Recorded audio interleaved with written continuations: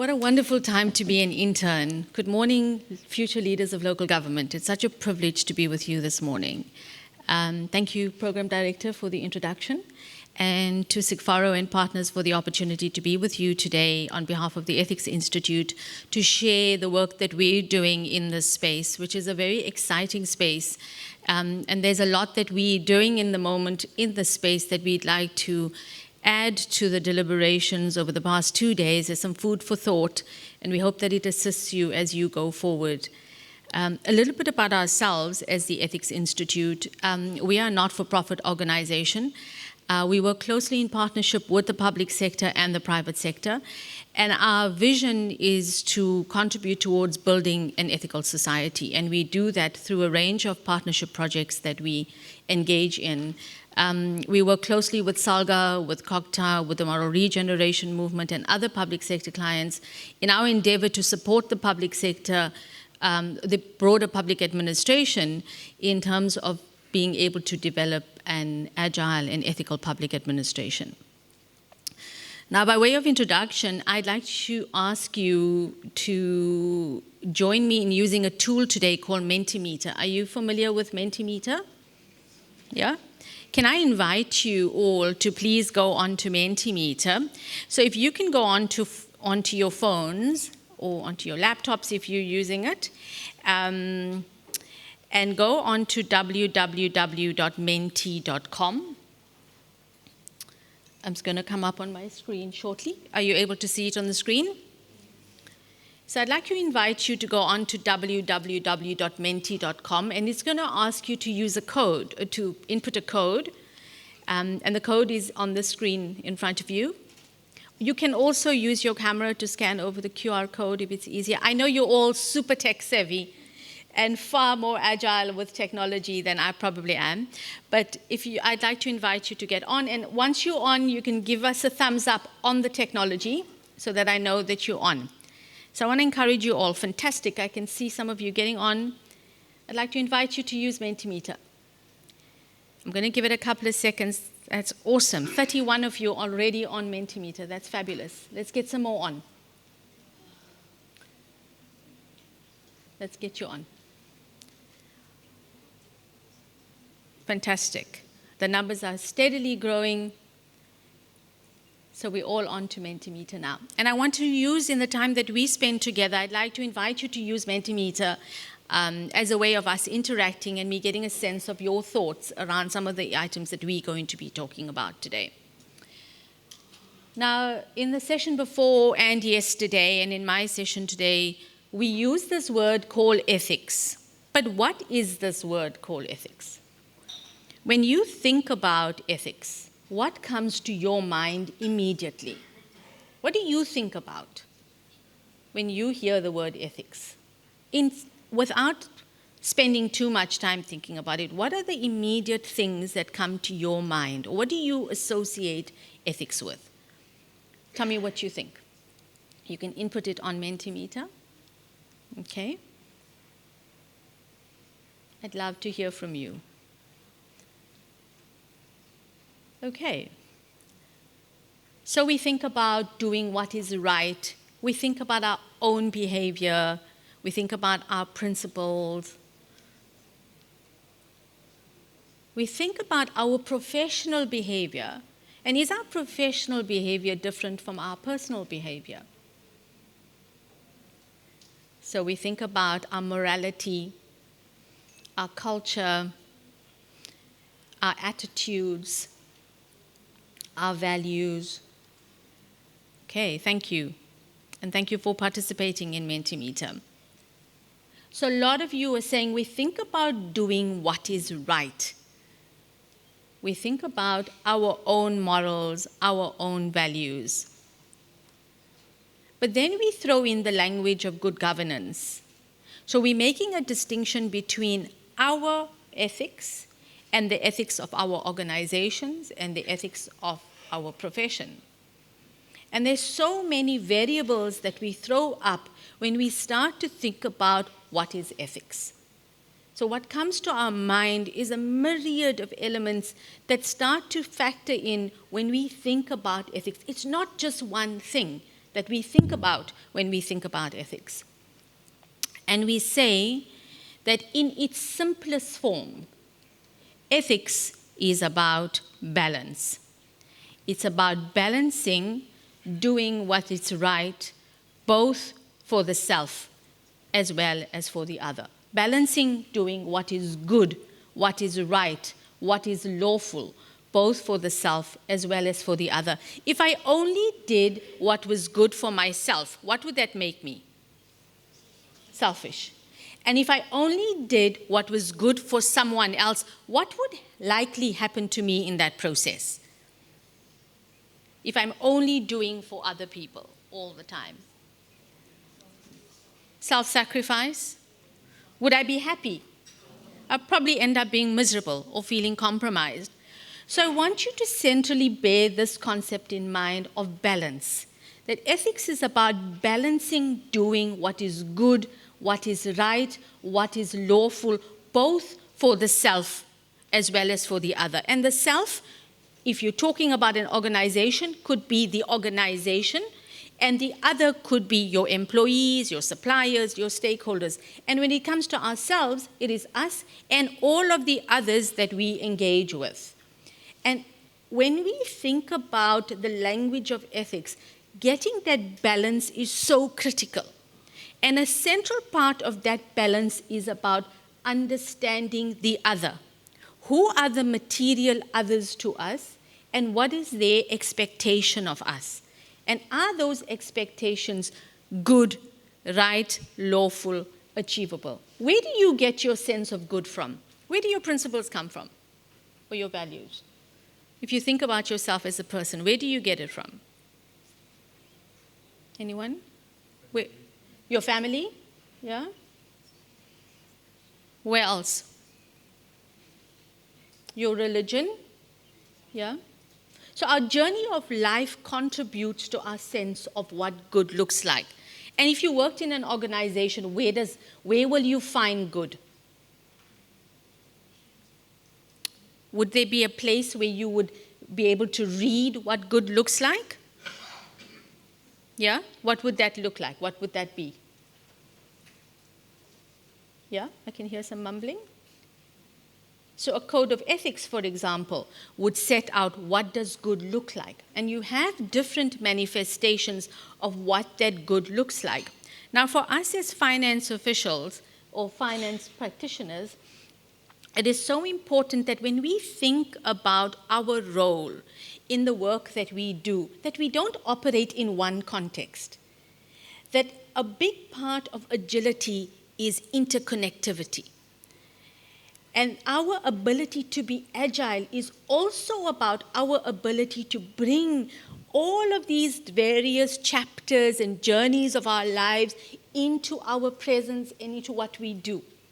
And that central element of interconnectivity is so important to our understanding. And we call it an appreciation for the ethics context that we operate in.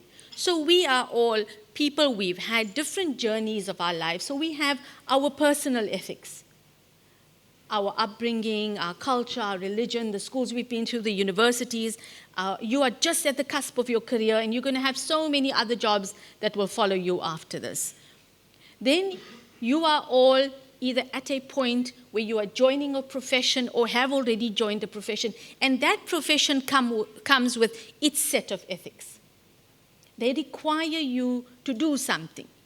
Then we are all members of society, and society has certain expectations of us. And then we work in organizations, and organizations have their own set of ethics.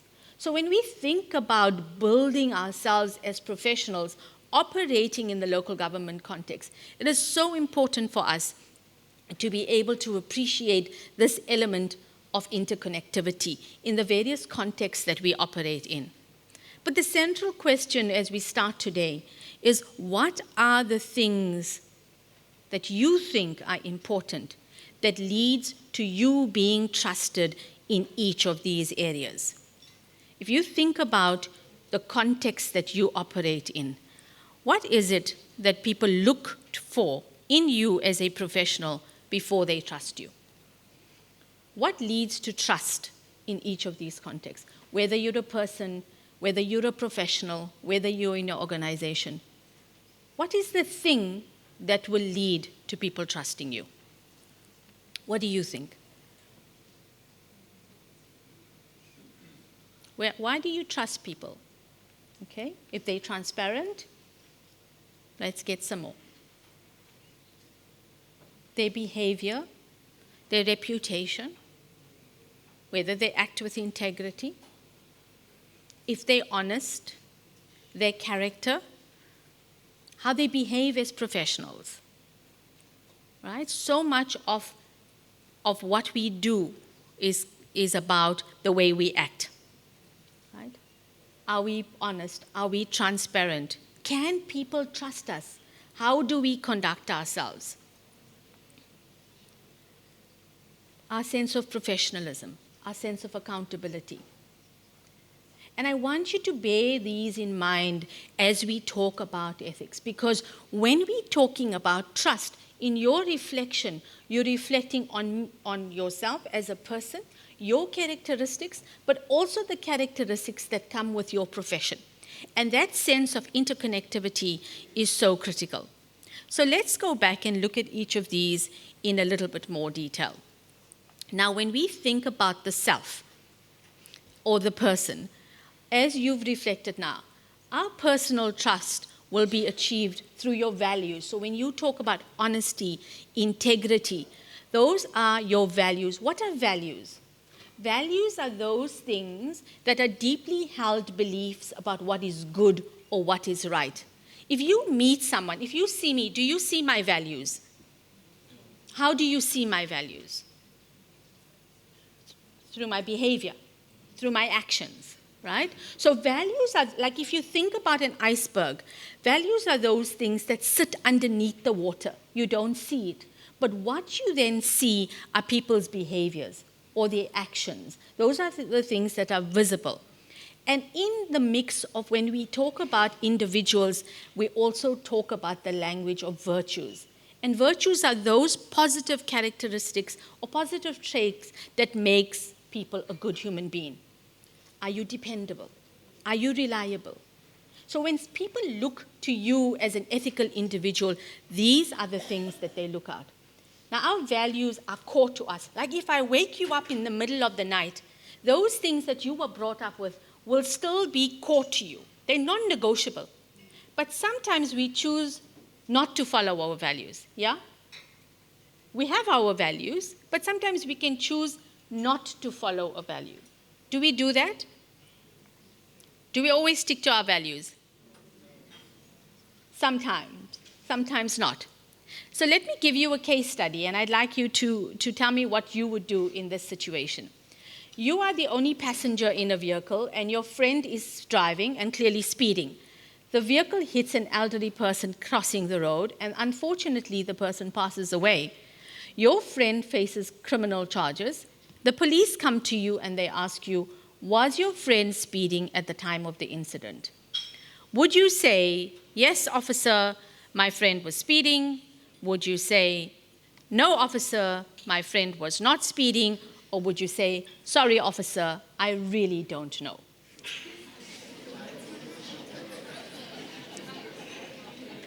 And I want you to be honest.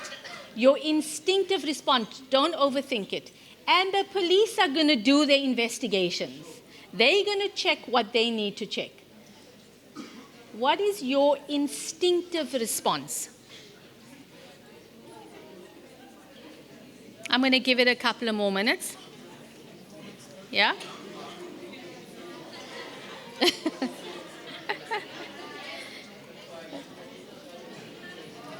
Okay. So we all faced with the same situation, but we all responding differently, yeah? Right? And some of us, small minority of us, say, yes, he was speeding, and smaller even minority say, no, he was not speeding. But the majority of us seem to lean towards, sorry, I really don't know. Anyone want to say why? When you say, sorry, I don't know, anyone want to venture why? Why are you saying, sorry, I don't know? Not to put anyone on the spot. What are you thinking? What are you balancing? Is there a balancing that's going on? What's the balance? The friend and the older person, or what potentially happened. Last week, someone said to me, but the older person passed away already. So in the language of ethics, and this is just an illustration, but in the language of ethics, when we find this sort of situation happening, where you ever feel yourself saying, I'm stuck. I just don't know what the right thing is to do. Gosh, I don't know, you know? In the language of ethics, we call that an ethical dilemma. You know the difference between right and wrong as people. And sometimes we choose consciously a right over a wrong, and we're willing to live with the consequences. So we know consciously what is good, what is right, what is just. It's good to be loyal to my friend, but it's also good to be honest. And we know that it's not okay to lie or to bribe or to do something dishonest. But, and as I was saying, as people sometimes, we consciously choose to do something that's not okay, and we'll think, that's not so bad, I'll live with the consequences. But when we're feeling that stuckness, in the language of ethics, we call that gray area an ethical dilemma. And what an ethical dilemma is essentially when we have a war or a battle between two of our values. Should I be loyal to my friend, or should I be honest? And if you ever find yourself in a situation where you are, I'm not sure what to do, a good trick for you to do is to pause and ask yourself, what is actually going on in my mind? Am I choosing a right or over a wrong? Or are there two of my own values that are conflicting? And it's a very useful thing for you to do, to be able to understand what is actually going on in one of the ways that we navigate ethical dilemmas. Ever find yourself in that position? If you ever find yourself in that position, another trick for you to think about is to ask yourself, is what I'm about to do legal? So let me lift your hands. I want you all to lift your hands. Is what I'm about to do legal? So here's the L on your hands. Is what I'm about to do legal? How would it look on the front page of the newspaper? As if you're turning a newspaper, right? Does what I'm about to do coincide or adhere with my values?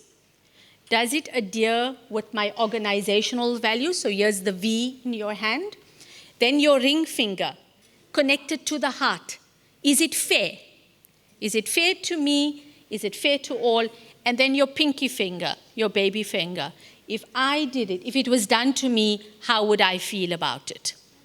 So if you ever find yourself feeling stuck, look to your hand and ask yourself, is it legal? How would it look in the newspaper? Is it cognizant with my values, with my organization values? Is it fair, connected to the heart? Is it fair to all? And if it was done to me, how would I feel about it? Okay, so in the language of ethics, we think about ourselves very critically in this whole situation. Where are we as people? But is being an ethical person enough? So you come to work and you know you are ethical. Is it enough to be ethical? What do you think? No?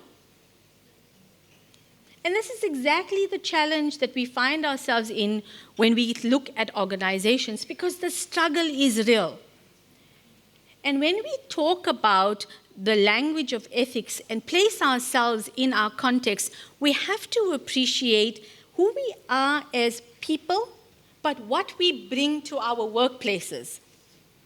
Because sometimes we can be somebody on the weekend and somebody on holiday and somebody different at work. And are we consistently ethical in how we behave? Or are we consistently ethically strong?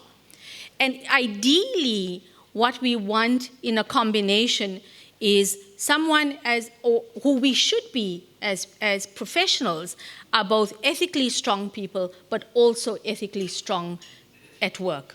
Credible professionals or credible employees are those who are ethically strong as individuals, have moral courage, are able to draw the line, say what is the process, but ethically strong at work. Because if you have people who are ethically weak as individuals and ethically weak at work, those are ethically risky employees. And it's really important that we understand our own moral courage and our own moral agency and how we operate as people. So that's the one element. And a lot of the speakers before me spoke about that sense of moral agency. Now, the second element of being ethical is about your profession. Now, what is a profession? We use this word profession. But the knowledge of the profession comes with so much responsibility. Because when you are in a profession, you profess to be duly qualified to do something, to act on behalf of others, or to do something for others. And it comes with such a big responsibility. And when we think about our professions, they come with a sense of professional ethics. And why is that so? Professional ethics are about preventing an abuse of power, but also promote the responsible use of power. And the intention is that through professional ethics, we build trust in our professions. Have you seen professions being degraded? Have you seen professions' names go down the line? It's because of the fact that in reality, our professions are being abused or not being used as intended.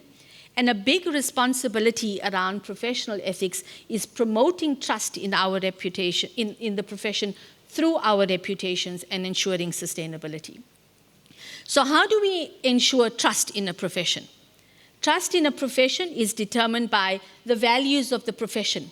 Typical values: integrity, objectivity, confidentiality. Our virtues as professional people. Are we reliable as a professional? Are we dependable? Are we trustworthy? And our behavior as professionals as we comply with set guidelines or set standards. And it's really important that as we bring ourselves into local government as professionals, that we carry the shoulders of that responsibility that our professions place on us. So we come with who we are, then we come with the added responsibility that our professions place with us, as has been set out in our professions' codes of ethics or codes of conduct. Then in addition, we have another leg, and that's our responsibility to society.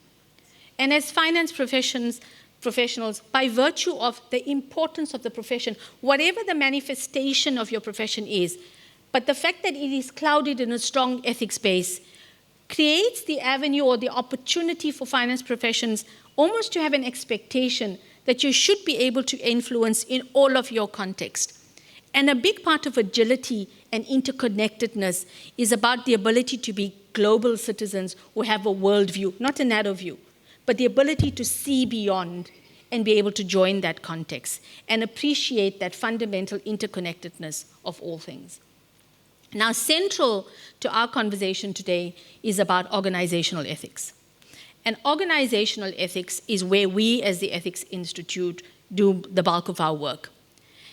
And as finance professionals, you have a critical role to play with respect to organizational ethics. What is culture? How would you describe culture? Anyone want to give a go? What is culture? A culture is the way we do something in an organization. An ethical culture is a culture where people do the right thing, whether someone is watching or someone's not watching.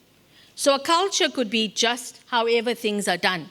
But an ethical culture is where we strive to work towards as ethical professionals or ethical organizations. And our critical role as finance professionals is about understanding the business case for ethics. Why is ethics important? And our role as finance professionals is not to say, why is ethics important, but to ask the critical questions, what is the cost of unethical behavior? We only have to look locally before we even look internationally about the damage to reputation that has ensued because of the cost of unethical behavior. Another huge responsibility on finance professionals is about understanding what does it mean to manage ethics, because we don't leave ethics to chance. If we as organizations don't take the ethics management through and proactively do something about it, we're leaving our organizations to chance. And the last contribution is about building the ethical culture of our organizations. So I want to take you on a quick journey. Madam Program Director, I didn't check with you about my time. Am I? 5 minutes more. Oh, my word. Okay. So I want to introduce you to this concept. Research says that generally in organizations, 10% of people are what are considered bad apples. That means that these are the people who, no matter what you do, they are going to find a loophole to outsmart the system. And 10% of people are what are considered good apples. That means that no matter how you influence them, they will always stick to doing the right thing. But the research also says that 80% of people are decent. So I want to go on holiday, send my kids to school, pay my bills. I just want to be okay, but dubious. Dubious in that bulk of the people could fall either way. They could fall to the good apples or they could fall to the bad apples. And if they fall to the bad apples, your organization can be filled with bad apples. And if they fall to the good apples, your organization can be filled with good apples. And so you shape culture. And when we talk about proactive ethics management, the message that we're talking about is essentially not leaving this to chance. And organizations proactively shaping their battles or the type of organization they want to be. A lot of the conversation before me was about consequence management. Our research shows us that we don't need more rules. We don't need more processes. We have enough in place to ensure accountability and consequence management. What's our problem? We're not doing it. We need to ensure effective consequence management so we deal with the bad apples, and we also need to set the tone for the sorts of ethical organizations that we want to be. So as finance professionals, a key contribution is about contributing towards building the sort of ethical culture where people do the right thing, whether they're being watched or whether they're not being watched. And the focus in those sorts of environments is about promoting ethical responsibility, doing the right thing, and celebrating those who do right. Do we do enough about celebrating people who do right? We're always catching people who do wrong. But there's so many everyday heroes in our institutions that are not celebrated. And a big way in which we talk about ethical culture is about spreading good news stories. So our critical role in ethics as individuals, and I want to encourage this to you as you sit on the cusp of your careers, that your role as, we are all leaders. A leader is not just the HOD or the DG or the MM or the mayor. In every space, you are all leaders. And a critical role of leaders in ethics is about being ethically aware. What is the implication of the decision I'm about to take? What do the laws say? What do the policies say? What is around me? What is the implication of what I'm about to do? Ethical courage was part of the conversation in the session before me. Having the ability to say when something is not okay, even when it may not serve your purpose well. Ethical behavior, walk and talk ethics, being ethical role models. Being your own role model in terms of what your responsibility is towards ethics. Making ethical decisions, and this morning we spoke about it earlier, and in so doing, we contribute towards building an ethical culture within our organizations. And as professionals, we bear such a big responsibility about setting the tone. And if you think about traffic lights, it's about you sitting in that position to be able to send the signals in terms of what's okay and what's not okay. And understanding that, and I think the session before me brought that up quite clearly, understanding your ability to send out those signals is so critical. I'll move to closure. I want to leave you with, I had a lot more to share with you, but I will share my slide deck. The local government anti-corruption strategy sets out the vision for the type of local government that we want to see. It's a local government sector where a professional ethical culture is embedded, where we have leadership who's committed to high ethical standards, where accountability and openness define our relationships. And as much as the strategy talks about this, and the conversation before me touched on this, our reality is challenging.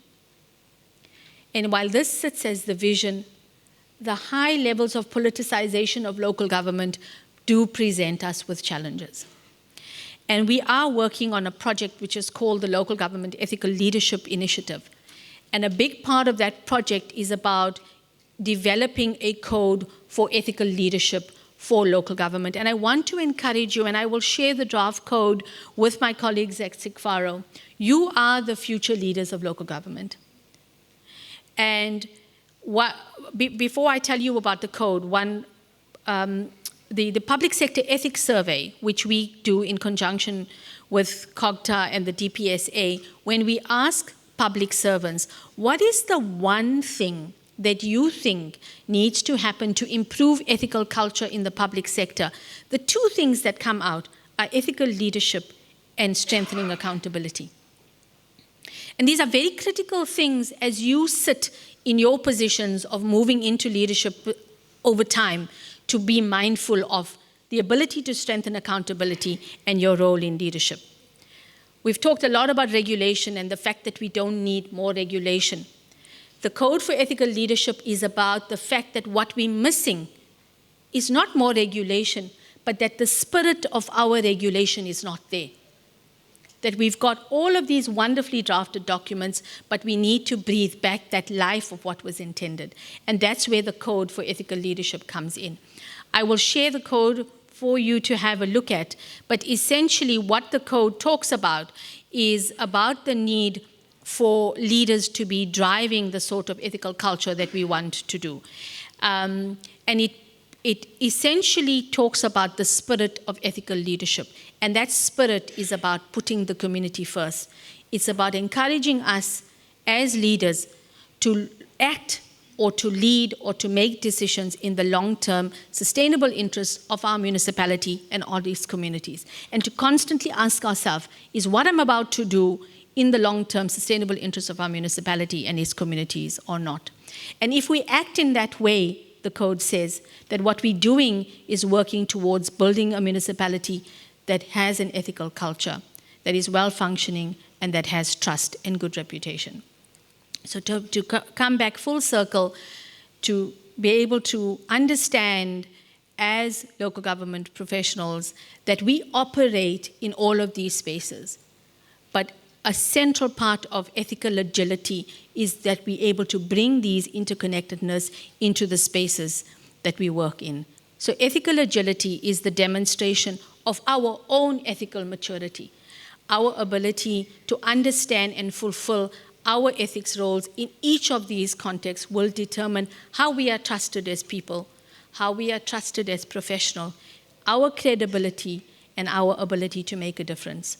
So before I leave you, I have one last task for you, if I may, ma'am. Just one last task for you. And thank you for the opportunity to be with you today. I would like your thoughts before I leave you today. What is the one thing that you think you can do to ensure that you can be an ethical finance professional in local government? What's the one thing that you think you can do? If you had to leave after having spent these 2 days here, what is the one note that you will leave to yourself about what is it that you can do to be an ethical finance professional? I'd like to encourage you to please share. Get a bodyguard. Okay. So stand my ground. Thank you. Yeah? Thank you. Do what is right. Okay, acting ethically, being honest, being accountable. Okay, fantastic. And a lot around your own self of ownership. And it's fantastic to be able to see that. Streetwise discipline, have a legal gun, okay? I'll leave that to the CIGFARO colleagues to take forward. I wish you well in your deliberations. Thank you for the opportunity to be with me, and all the best in all you do. Take care.